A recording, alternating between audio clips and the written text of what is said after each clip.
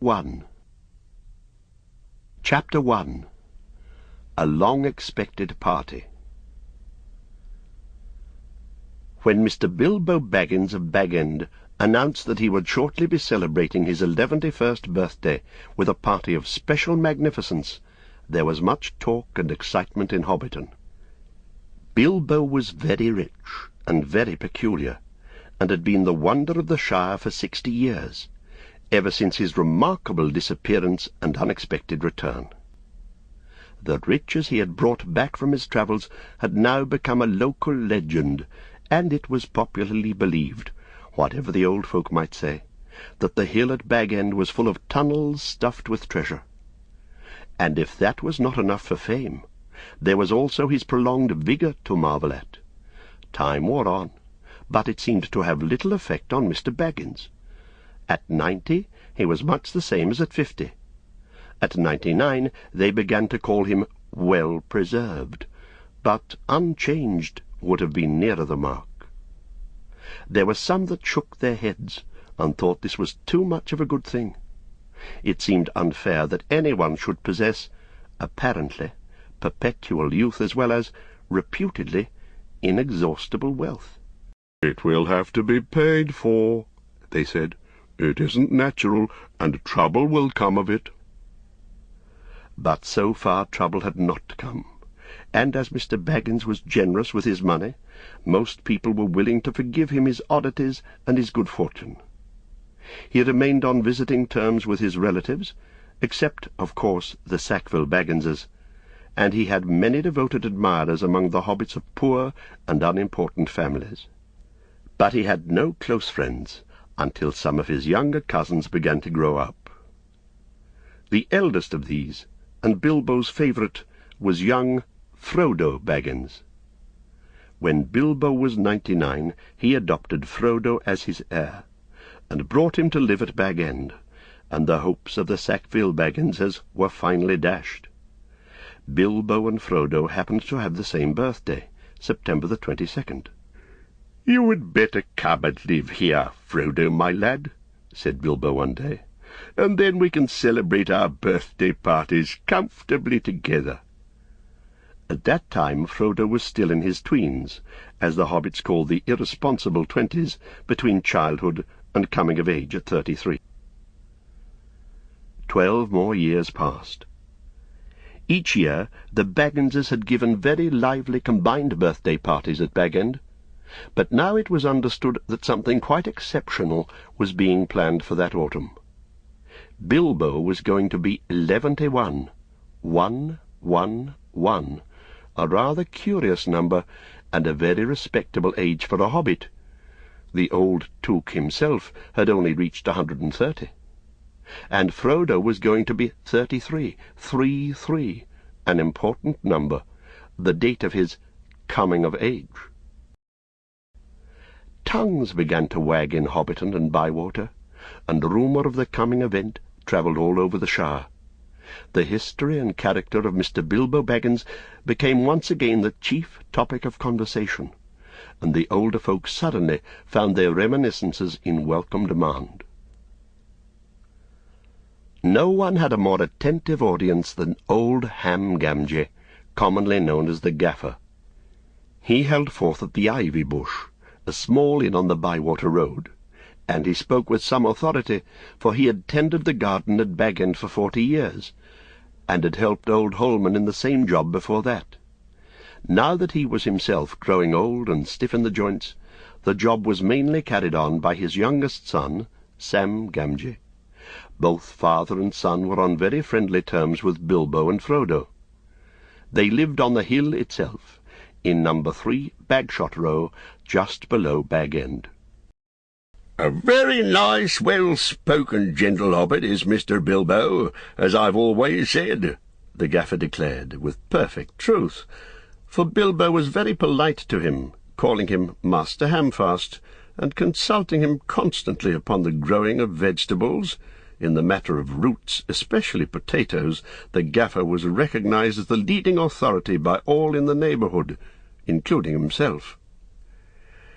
"But what about this Frodo that lives with him?" asked old Noakes of Bywater.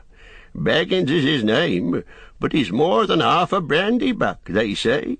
It beats me why any Baggins of Hobbiton should go looking for a wife away there in Buckland, where folks are so queer."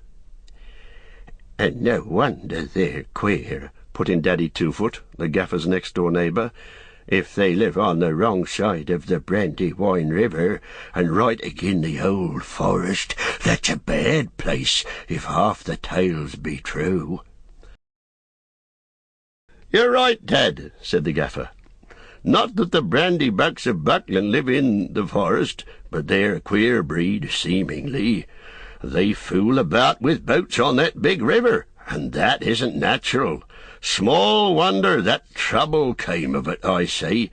But be that as it may, Mr. Frodo is as nice a young hobbit as you could wish to meet. Very much like Mr. Bilbo, and in more than looks. After all, his father was a Baggins. A decent, respectable hobbit was Mr. Drogo Baggins.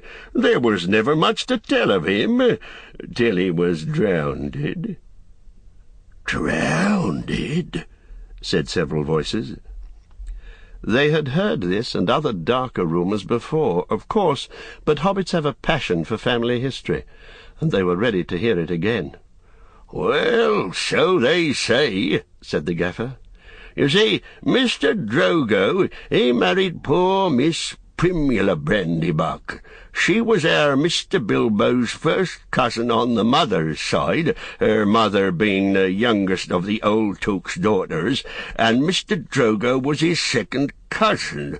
So Mr. Frodo is his first and second cousin, once removed either way, as the saying is, if you follow me.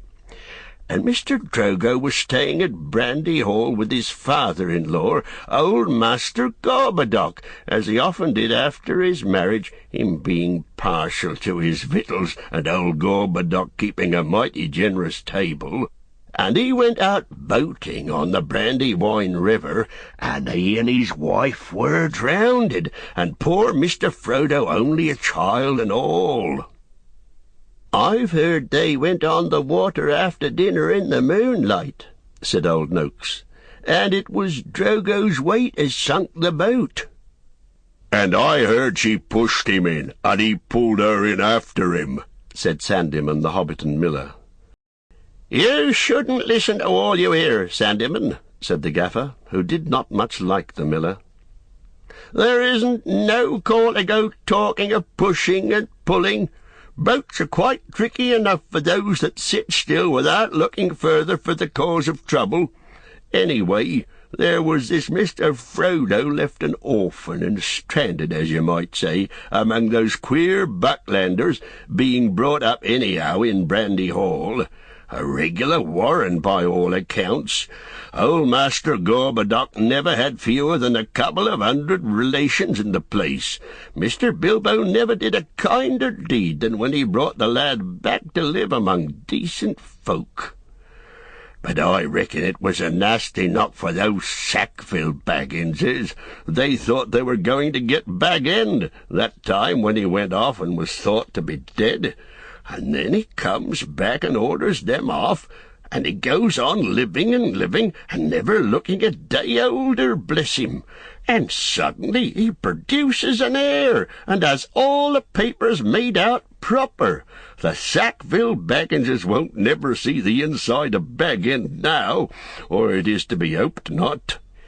"There's a tidy bit of money tucked away up there, I hear tell," said a stranger, a visitor on business from Micheldelving and the Westfarthing. "All the top of your hill is full of tunnels packed with chests of gold and silver and jewels, by what I've heard." "Then you've heard more than I can speak to," answered the gaffer. "I know nothing about jewels. Mr. Bilbo is free with his money, and there seems no lack of it. But I know of no tunnel-making. I saw Mr. Bilbo when he came back, a matter of 60 years ago, when I was a lad. I'd not long come 'prentice to old Holman, him being my dad's cousin, But he had me up at Bag End helping him to keep folks from trampling and traipsing all over the garden while the sale was on. And in the middle of it all, Mr. Bilbo comes up the hill with a pony and some mighty big bags and a couple of chests. I don't doubt they were mostly full of treasure he had picked up in foreign parts, where there be mountains of gold, they say, but there wasn't enough to fill tunnels. But my lad Sam will know more about that. He's in and out of Bag End.